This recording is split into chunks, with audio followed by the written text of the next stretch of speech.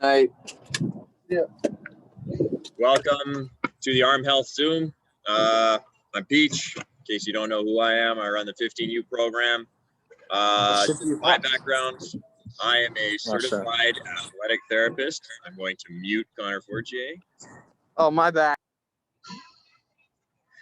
We'll restart that. I'm an athletic therapist. So I'm the guy you see that runs out in the field or in the ice when athletes get hurt.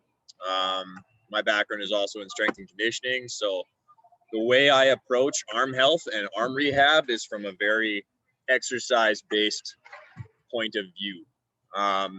Modalities, so things like massage and ultrasound and shockwave, they have their place, but if your arm health program only includes those, you're going to be dipping into that bag a lot more than you should, and it can only take you so far.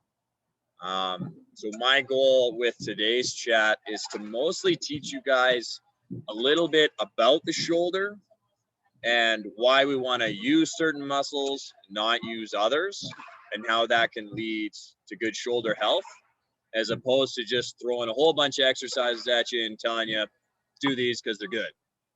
Okay, I can always do that for you when next time you're in the dome. There's a ton of them online, on YouTube, things like that.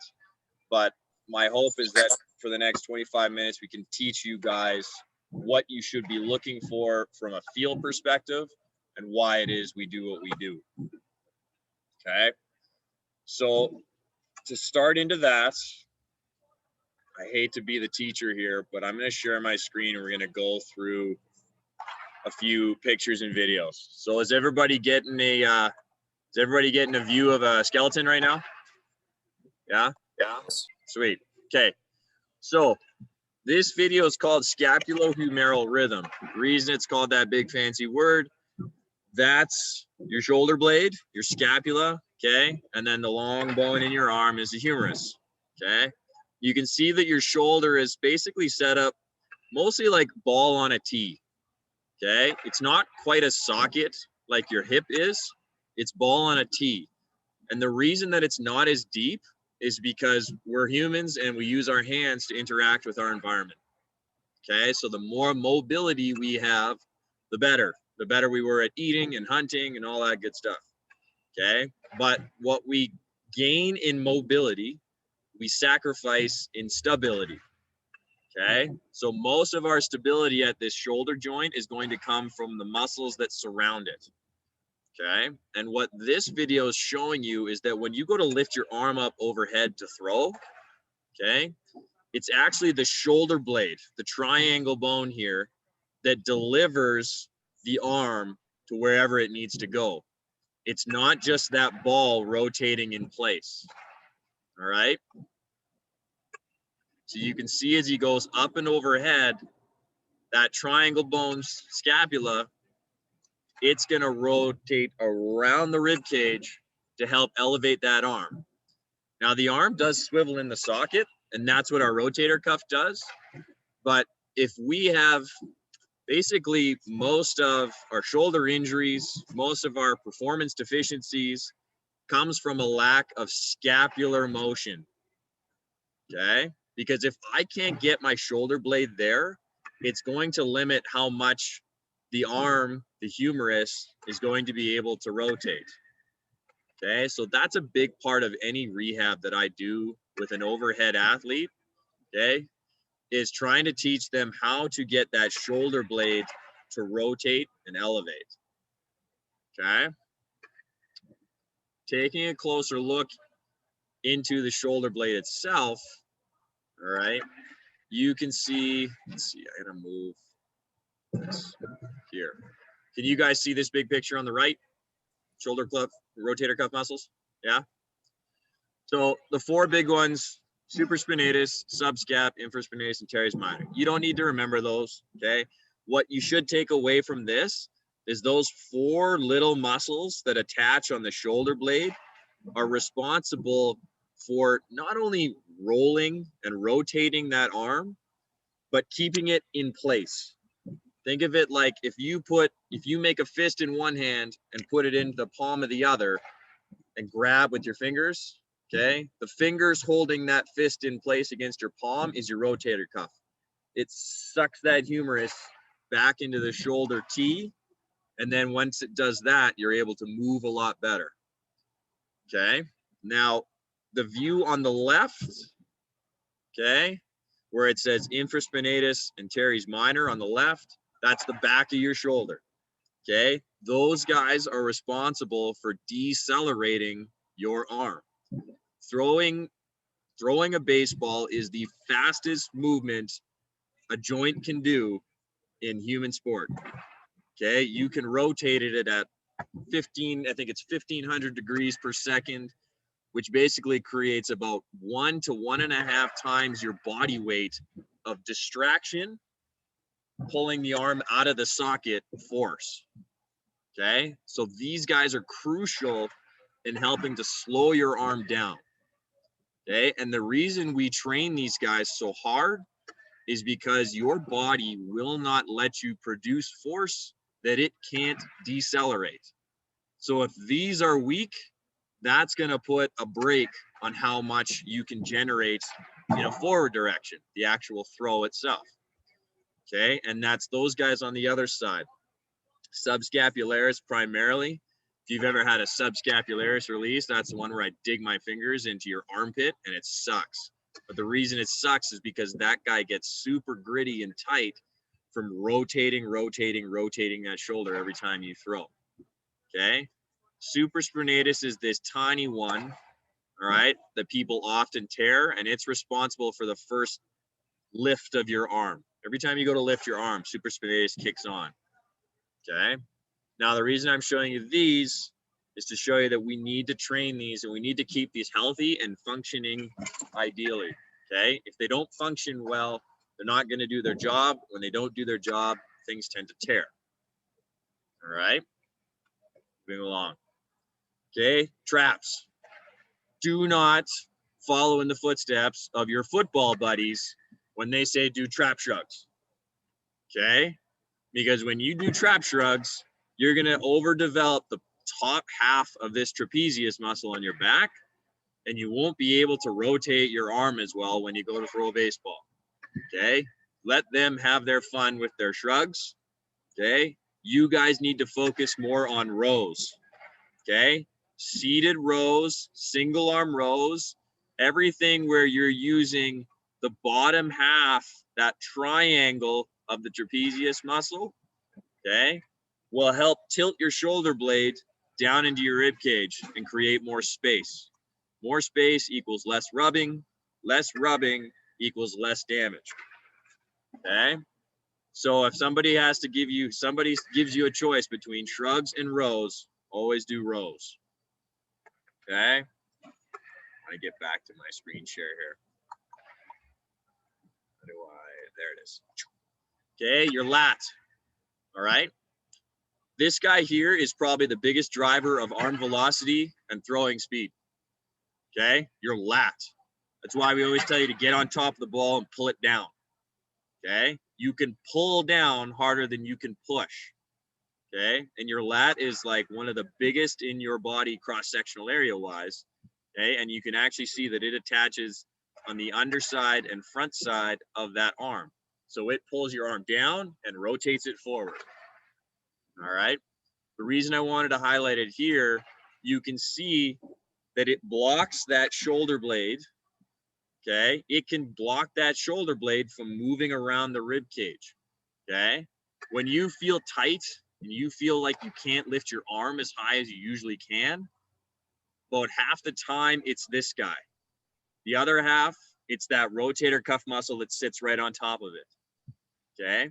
And that's why stretching through here, okay, before you throw is crucial, because it creates not only a better ability to reach up overhead, right, but it lets that shoulder blade work around the rib cage better. Okay, so that's all your child's pose and things like that. You can take a foam roller into this here, lay on your side, put that foam roller right on the meaty part of your lat and roll back and forth like you do your legs. Okay, it feels great. Do it, then go play catch and see how much better you feel. All right. The last one we're going to look at, okay, is not as well known as the others. It's called serratus anterior.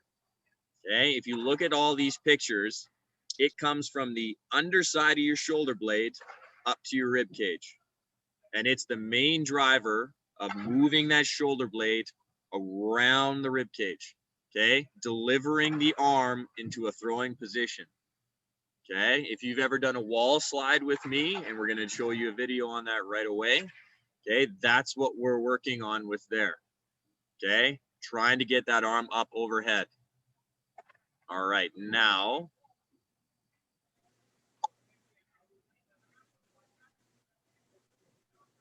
can you hear that? Can you hear him talking in the video? No. No. Okay, I'm going to play it anyway.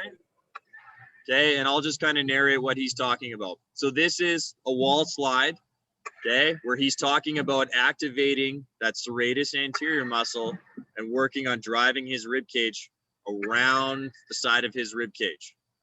Okay, so you can see thumbs up, pinkies into the roller. Okay, and he's going to reach forward into the wall and roll those forearms up along the foam roller. Okay. That motion right there that he did is one of the biggest things that you can learn for arm health. Okay. Not shrugging up like that, but driving your elbows forward like that. Okay. See how he's tracing where he wants that shoulder blade to go. Okay. And you can see that he's a little bit relaxed up at the tops of his shoulders, and that's letting him get up overhead. If you ever want to experiment with it, shrug your shoulder to your ear and then try to reach your arm up overhead.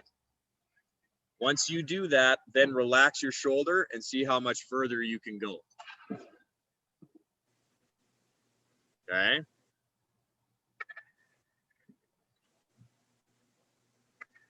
So he's driving his forearms into that foam roller, and you can see he's just showing the flatness of his T-spine, and you can see that shoulder blade working around the side.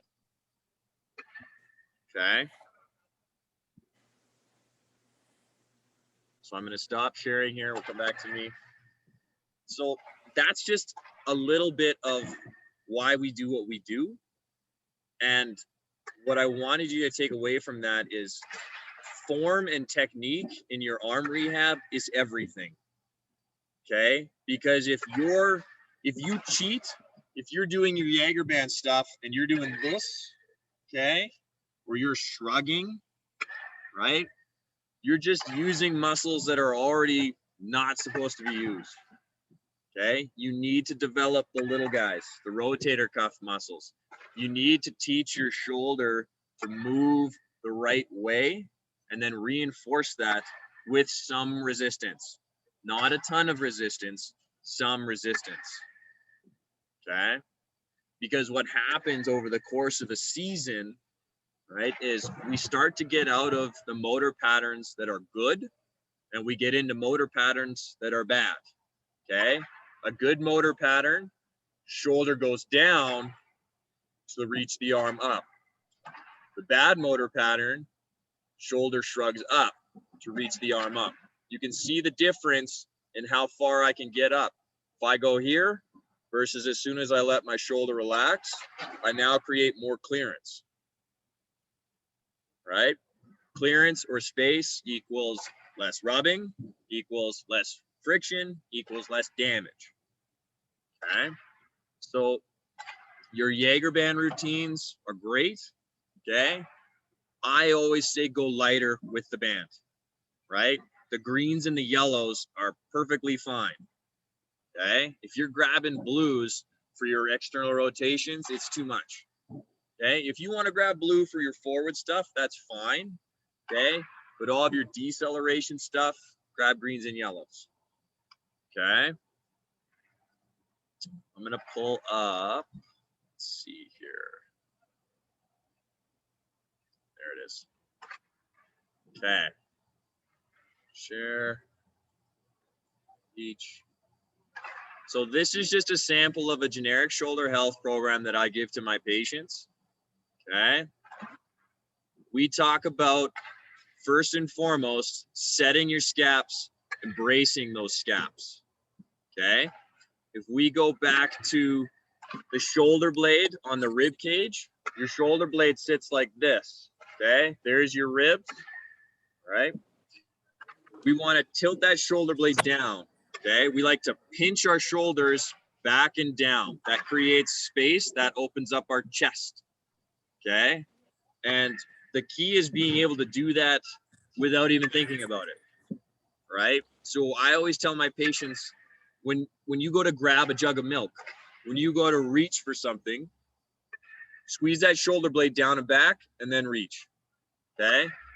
When you go to lift something up, lift it with your back. Okay. The arm's it's just going to move because the shoulder blade is taking it there. All right. This next one, the lower trap activation.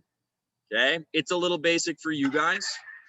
Seated rows are fine. Single arm rows are fine. The biggest thing you got to remember is that you don't shrug.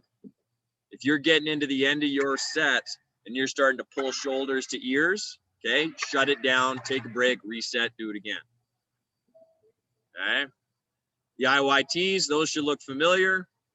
Okay. Again, shrugging is your enemy. You want to keep those shoulders down so you can reach up and overhead. All right. We want to feel a burn right in the middle of our back. Here's another good one for movement pattern stuff, but because you guys are still an athletic, healthy population, it's not as important. Okay. This side lying empty can is one that I love to do because it basically combines a few of the band exercises that we've done before. Okay. You can see that I start here with the weight on my stomach. I rotate open, keeping that elbow snug against my tummy. And then I reach to the ceiling before turning my thumb over and lowering it slowly towards the ground. Okay. We are just in a clinical setting. We are mimicking the throwing motion. All right. Wall slides. Okay. We went through those. And then a handful of good stretches to do. Okay. Most of these you guys do in your warm up. The reason we like to stretch out the front side is because the more we can open that chest up, okay, the better we'll be able to move. And then a lot of them are also for stretching out our lats, which we talked about before. Okay. So that's what we work on to build the strength. Okay. The other big piece of the puzzle for arm health is managing volume and training that arm properly. Right. Those of you that have been in here lifting, right? If you do legs on Monday, a heavy leg day on Monday, you don't come in and do heavy leg day on Tuesday, right? You need to allow that muscle group time to recover, right? Muscles are muscles are muscles, okay? Your rotator cuffs, your lat, your pec, it's the same thing, okay? That's why we don't layer bullpen, or long toss, long toss, right? Day after day after day. You need to allow that shoulder time to recover, okay? But why it's important to get a ball in your hand is because throwing even lightly helps promote blood flow, and it helps to stretch out some of those structures that aren't muscles, like fascia. Okay, and if you're more interested in that, I can tell you a whole bunch of resources. But for the most part, we need to treat our arm like we treat the rest of our bodies in the weight room. Okay, you have to have days where you go hard. Okay, you throw as hard as you can for as long as you can, just like you squat as much as you can for as long as you can. Okay, and then allow time for it to recover, and it builds itself like this. Okay, we put a training stimulus in, we fatigue, our body builds us back a little stronger. Fatigue, rebuild, fatigue, rebuild. Okay, and so managing that volume throughout a week, a day, a month, and a season is huge. All right. But we need to make sure that we don't fall too far to the other side, which is not enough volume. Okay. I don't like the phrase save your bullets. Okay. The idea that your arm has a finite number of throws in it and you're going to use it up, right? That doesn't make sense, okay? Think of it as generating bullets, okay? Every time you do your arm care, every time you long toss and throw hard, okay, you're creating bullets that you can pull on in game, okay?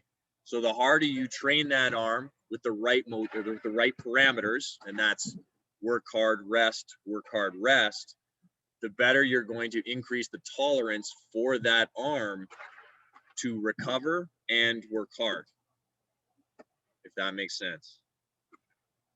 Okay. So that's why my big pet peeve with a lot of physios and rehab specialists that don't know elite level throwers is guys will get sore, right?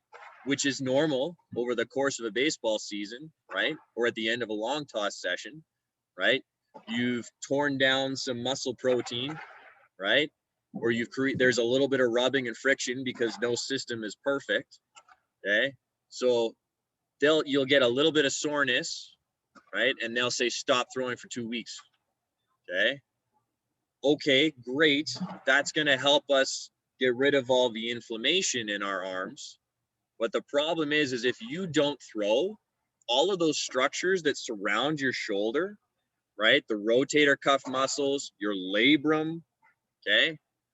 Where they were stretched, right? In a good way, right? Where they were stretched in a good way, they're going to start to do this again because we're not asking that shoulder to move and stretch those muscles and ligaments. So they're going to do this, and then we're going to ask it in 2 weeks to go do that again. And that's where we're going to get tearing and inflammation and pain, right? So that's why I'm a big proponent of keep feeding your arm so that you can help strengthening all of those tissues around the ball of your shoulder so that it can handle force and create force better. Okay. Does anybody have any questions?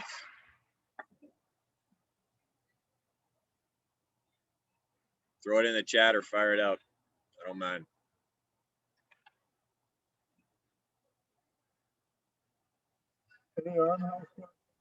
Should we throw every day?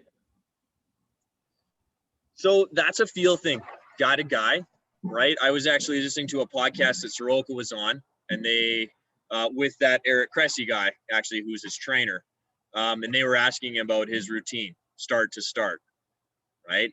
I think he's a guy that does not like to touch a baseball the day after he throws, right? Throws in game, right? Some guys do, right? That first day after you throw heavy, it's a feel thing for you, right? It depends on how sore you get. Just like each guy differs on how sore they get post-workout, right?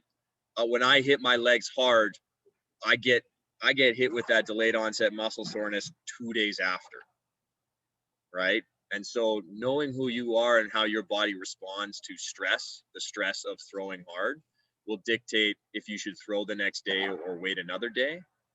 But I like getting a ball in your hand, even if it's just light, because like I alluded to before, that's going to help keep those structures around your shoulder from doing this out of reflex, right? So the arguments behind putting the balls down in the off season, right, is it helps tissue recover, sure, but it's more so to reinforce the good movement patterns in our shoulder, right, that we'll struggle against if we're constantly throwing, right? It gives you a chance to basically reset good shoulder mobility, right? So that's why some guys tend to put the balls down in the winter. There's a bit of a movement, like a guy like Max Scherzer, he'll throw year round. And what I mean by that is he's not throwing 100% max effort bullpens in November, right? He's like lazily tossing, maybe stretching out to 120, 150 feet, but it's more so just to keep his shoulder moving well than it is to build arm strength. It's a good question. Any others? What are some exercises that I can do to strengthen my rotator cuffs? Okay, so all your Jaeger band stuff, it's a great place to start. Basically, every time your shoulder rotates this way, right, that way, you can see the muscles on the backside of my shoulder contracting, right? So those are our decelerators. So we will do that in a whole bunch of positions down here, but more importantly, up here and across, right? I'll get guys to hold kettlebells up in a throwing position and walk. And that instability forces their rotator cuff to act reflexively to keep that shoulder stable. Okay. So there's that deals with the cuff. And then the other side of it is dealing with the shoulder blade and the tilt. And that's our rows and our ITYs, and everything that develops mid to low traps. Okay. But if you're rotating or twisting something, okay, you're working on your cuff in a good way. Okay. What else we got? Each for someone that's like hurt their rotator cuff before and like hurt their shoulder before, what are kind of like things that you could tell like if there's something wrong going on with the shoulder? So like if it pops a lot or if it like makes a lot of noises. So that's another good question. Typically popping, if it's pain-free, isn't the worst thing in the world, right? The theory right now is that popping in joints is because in joints that we use a lot, we increase the amount of space inside of that joint, okay? And because there's more space, this is getting into your guys' chem stuff, because there's more space, gas can come in more easily, right? And then so there's a little bit of gas bubbles in there. And then when I take that joint into a spot where I close the joint down, right? The pop that you hear can be, they don't know whether it's the bubble popping or the bubble or the gas becoming out or in, basically is what, but it's gas diffusion into that joint space, okay? Sometimes it can be muscles flicking over bones, okay?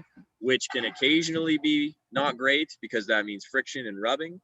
But when it comes to things like a thrower's shoulder, no thrower is going to have a healthy shoulder.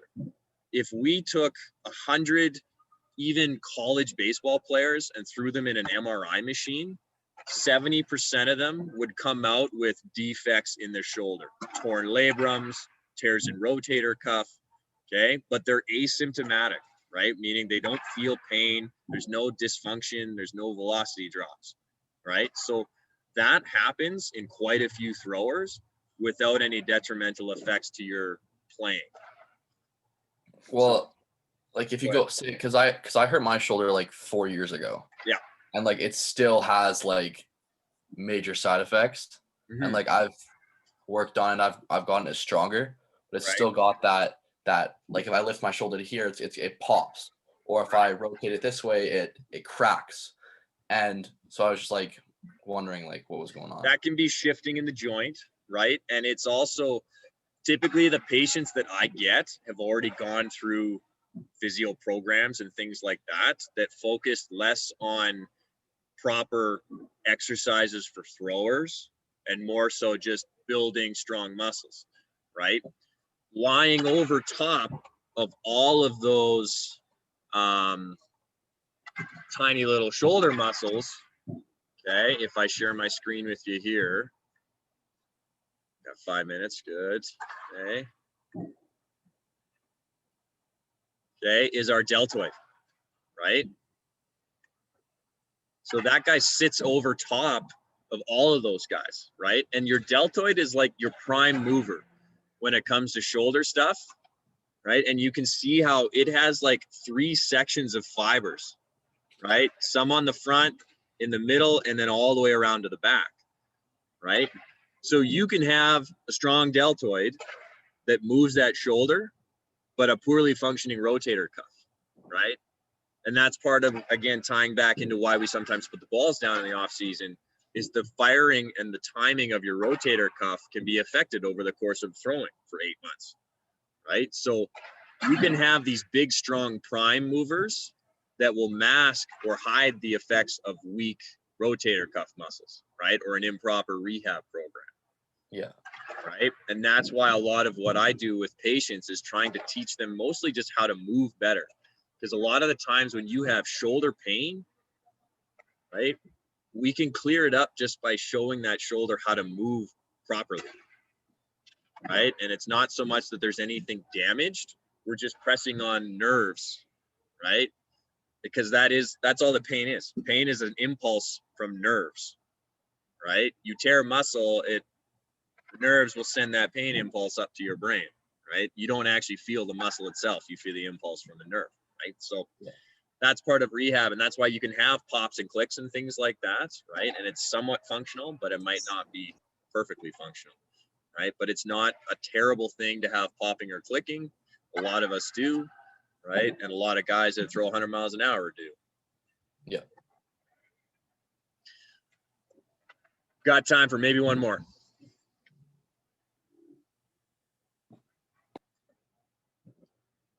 Sounds like we're all good. Anything else to add? Cool. Well, there's arm, like that shoulder health program, right? Shoot me an email. Again, contact me if you want that. That's in the black cabinet at the back, right? Guys to look at if you're more curious about this sort of stuff. Eric Cressy is a good one, okay? And Mike Reinhold. Cressy's a guy that does a lot of the off-season training for Verlander, Scherzer, Kluber, right? Soroka, a lot of those big name guys, right? What you don't, most guys probably don't remember, is Soroka had some shoulder issues early on in his career, and that's why they were managing his innings. But once he started working with Eric, things got a lot better. Of course, he can't do anything for Achilles tendons, but and then Mike Reinhold's a physio based out of Boston now. He worked with the Red Sox for a long time, and they've paired up for a lot of shoulder stuff. And these guys are awesome because they have a ton of just free information for ball players, not only from like healthy shoulder perspectives, but like training, right? I won't keep the secret, but a lot of the stuff that's in your guys' weight programs comes from these two guys because they're baseball trainers that have worked with baseball athletes for their whole lives, right? And they know a good balance. So if you're looking for more info, those two guys are great resources to reach out to. You don't even have to reach out to them. They have a ton of free info on their Instagram accounts, websites, YouTube accounts, all that fun stuff. Check your email for the show tournament Zoom call. Anybody that wants to get in on that tournament can head over to that Zoom chat right now. Other than that, that's all I got. See you later, boys. Thank you. Thank you. Thank you. Thank you. Thank you. Thank you. Thank you. Thank you.